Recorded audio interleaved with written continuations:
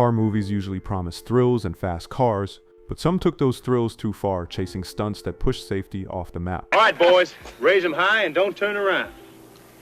Now, you all promised me you wouldn't bring machine guns. Machine guns? Lord have mercy. These 10 films faced real risks, on and off screen. One paid the highest price imaginable. The others left stories of chaos, crashes, and lessons that changed the game forever. The Wraith is a strange mix of ghost story and muscle car fantasy. A supernatural driver in a black Dodge Turbo Interceptor takes revenge on a gang of drag racing punks in a dusty Arizona town. And by the time the movie's over, no one's entirely sure if they just watched a horror film, a teen drama, or a chrome-plated fever dream. But none of that compares to what happened during the shoot. In 1986, while filming a chase scene on Mount Lemmon Highway outside Tucson, a camera car, really a retrofitted station wagon crammed with equipment and crew, went into a curve too fast and lost control. The vehicle rolled off a shoulder and tumbled down a ravine. 8 people were violently thrown from the car. One of them, assistant cameraman Bruce Ingram, didn't survive. The accident brought everything to a halt. Crewmates were injured, shaken, some crawling out of the wreckage with broken bones, others in shock, bloodied, and silent. The vehicles used in the movie had always been stitched together jalopies meant for stunts, but now people were calling them cursed. Ingram's death cast a shadow across the entire production. The tone shifted, rewrites followed. At night, the cast whispered about the shoot like it was haunted. And in the end, the crew held a demolition derby with their own stunt cars to raise money for Ingram's family. The Wraith got finished, got released, and eventually became a cult film. But the real scars stayed off screen. The Dukes of Hazzard opens in a Georgia landscape so thick with dust and mischief that every dirt road feels like it has its own pulse. And while Bo and Luke's neon orange Charger launches over hills in impossible arcs, the chaos off-camera wasn't anything close to a joyride. Over its original 7-season run, the show wrecked over 300 Dodge Chargers, each one sacrificed to gravity-defying jumps and brutal landings that often bent the cars beyond repair on the first take. The production kept going anyway, repainting rusted-out wrecks and bolting together lookalikes with damaged frames just to keep filming on schedule. Stunt drivers took the hit, literally working long hours at high speeds, often with minimal padding or oversight. Small injuries were normal, and the bigger ones got absorbed into the pace of production. Things spiraled when Tom Wopat and John Schneider realized the studio was making millions off lunchboxes and model cars with their faces on them, while they were cut out of the merchandising profits entirely. They walked off in protest, and Warner Bros. Replaced them with 2 cousins, Coy and Vance, who looked like discount versions of the originals. Fans rejected them immediately, ratings tanked, and after 19 episodes, the studio brought Bo and Luke back. But the trust had cracked. Catherine Bach, cast as Daisy Duke, nearly didn't take the role. She thought they wanted a blonde bombshell like Dolly Parton. Her own agency even dropped her, calling her too exotic for television. 2 weeks later, she had the part anyway. Her look, her shorts, even her character's attitude, she designed most of it herself. But the car wasn't the only symbol under scrutiny. The Confederate flag on the roof of the General Lee became a lightning rod. At the time, producers brushed it off as Southern heritage, but critics called it tone-deaf even then. Years later, the flag got the reruns pulled and the toys pulled from shelves. Not because people forgot the show, but because they finally started to look closer. Le Mans plants you in the heart of a teeming pit lane before a word is spoken. Steve McQueen laces his gloves, the Porsche engine roars to life, and you feel the hum beneath every heartbeat, as if you already know chaos will come. The movie embraces silence and speed with relentless devotion, and what unfolds on screen becomes both hypnotic and cruelly honest. But for every second of cinematic beauty, someone paid a real price. British driver David Piper lost part of his leg after careening at full speed into an unforgiving barrier during a stunt run. Derek Bell burned terribly when his car erupted mid-chicane, leaving scars that remained long after the camera stopped rolling. McQueen demanded authenticity at every cost, insisting on racing at real high-speed events, even when everyone warned those speeds were unsafe, even reckless. Control fractured under his obsession, studio ties unraveled, directors changed. McQueen lost his creative authority midway through. The production dragged on far past schedule and budget, and McQueen's marriage began to unravel alongside the storyline. The emotional strain morphed into physical exhaustion. The files are full of stories from crew who worked through injuries just to keep the vision alive. Le Mans can feel like the purest film about car racing ever made, but beneath that purity runs a current of pain, sacrifice, and a dream that consumed much more than a podium spot. Checkered Flag or Crash opens with a truck bouncing through jungle terrain that looks barely drivable, with drivers pushing their vehicles harder than seems wise and a camera crew barely keeping up. It's less a movie with a story and more a mud-caked highlight reel where engines overheat, tires sink into rivers, and plot lines vanish somewhere between a landslide and a broken axle. Larry Hagman plays the kind of character who's supposed to be in charge, but by halfway through, it's clear the only thing leading this production was momentum and a hope for something usable in the edit. Most of the stunts were done on barely stabilized ground with minimal planning, and safety measures were so casual that helmets were sometimes swapped for bandanas. Stunt drivers crossed rivers with no clearance checks, drove downhill over boulders that shifted under their wheels, and tried not to flip on camera because they didn't have backups. During Easter break, the cast reportedly dyed eggs while high on mushrooms, which honestly fits better than any scripted moment. Reviewers hated it, calling it a mess that felt like a dare. But that's kind of the appeal. It's a movie that tried to ride chaos like a surfboard. Whether it crashed or cleared the finish line depends on how much patience you have for mud, shaky camera work, and a film that seems to lose its own map halfway through. It aimed for adventure, but mostly found disaster. The Cannonball Run 1 throws you into a high-speed odyssey meant to echo the spirit of the real illegal cross-country Cannonball Run, only with more Hollywood flair and far less planning. Film was inspired by a rogue dash across America that ignored speed limits and rules for thrills, a rebel race that the movie kept alive in spirit but amplified with star cameos and wild stunts, but the set brought danger close and personal. During one stunt, Heidi Von Beltz, a professional driver, was riding in a car with mechanical issues and no seatbelt. That car crashed head-on into a van, leaving her a quadriplegic. Let me give you an idea of what it was like inside that sports car as it plunged into that van during the shooting of that scene in Cannonball Run. Glass burst and metal crumpled. A jagged shard of glass or metal tore free and sliced into Jimmy's head. This is a fellow in the car with her, scalping him and splashing us both with hot blood.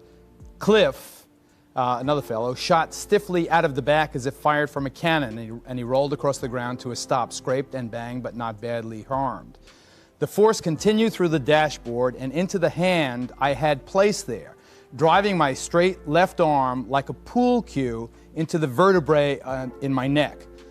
Her lawsuit argued that the production ignored basic safety, and the jury agreed she was awarded millions, and the accident led to mandatory seatbelts in stunt cars and tightened director restrictions. The production teetered on chaos with reports of drunken rewrites mid-shoot, stunt performers bending rules, and even a Learjet flying without proper permits. Jackie Chan appeared in his first US film here, but was miscredited as Japanese instead of Chinese, a detail that left a mark. Burt Reynolds later called it one of his worst career decisions. He'd taken it lightly, expecting fun on wheels. What he got was unpredictable mayhem and a patchwork script. The famous open-road races were tempered by real consequences.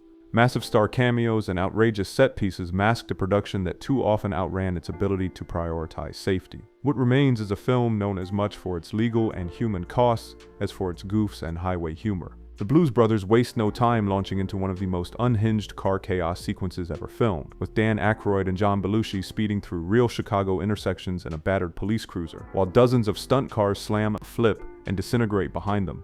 The crew skipped full road closures during some of the most dangerous chase scenes, leading to a wave of frustration from city officials and residents, who had to navigate what was basically a live-action demolition derby. By the time filming wrapped, they had destroyed 104 cars, mostly ex-police cruisers patched up just long enough to crash again, and kept them running with a 24-hour repair shop operating non-stop. Belushi's drug use threw the production into chaos.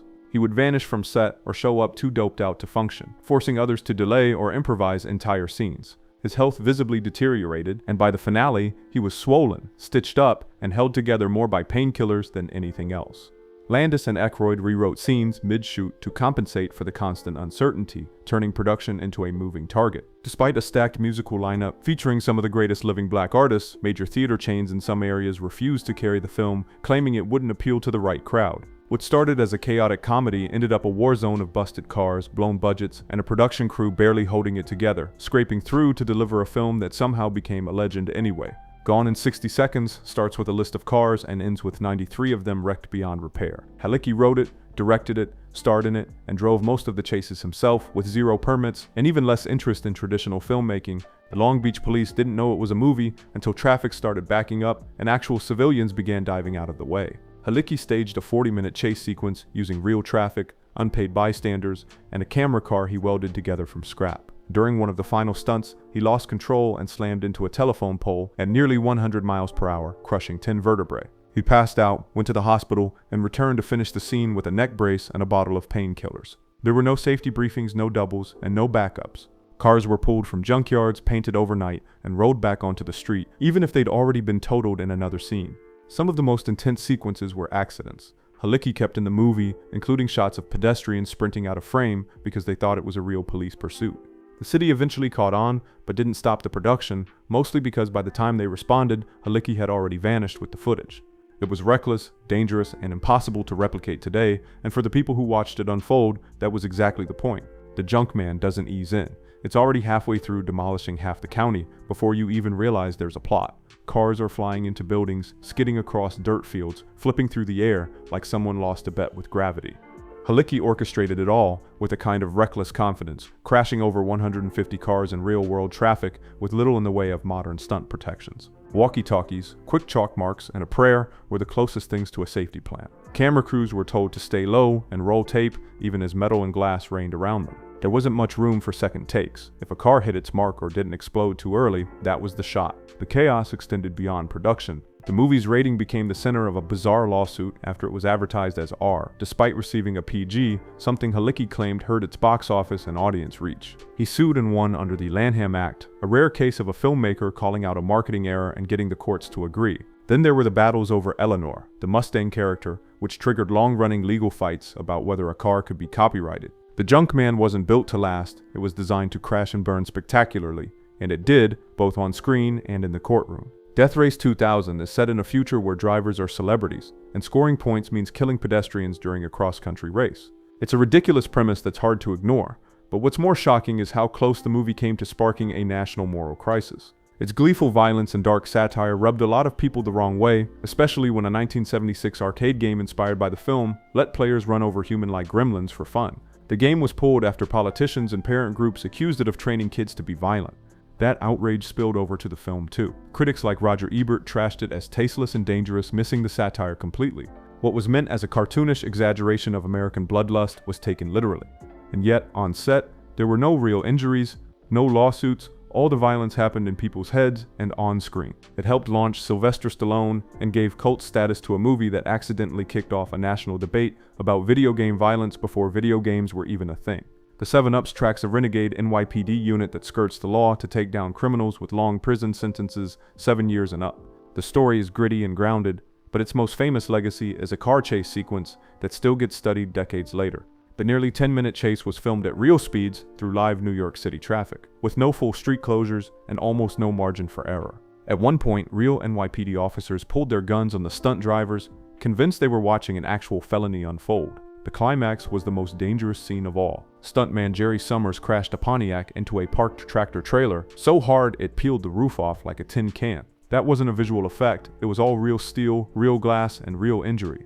Summers survived, but the damage to the car made the moment unforgettable. The scene was done in one take because trying it twice would have been insane. Another near miss happened when a car door snapped off mid-stunt and nearly hit the camera crew. Most of the stunts were barely rehearsed, which added to the tension but also the risk. There were no major lawsuits or fatalities, but the recklessness was obvious to anyone watching closely. Beyond the action, the film's depiction of morally gray, extra-legal police tactics sparked its own kind of controversy. The 7-Ups didn't play it safe, and that's exactly what made it a cult classic with real danger behind every frame.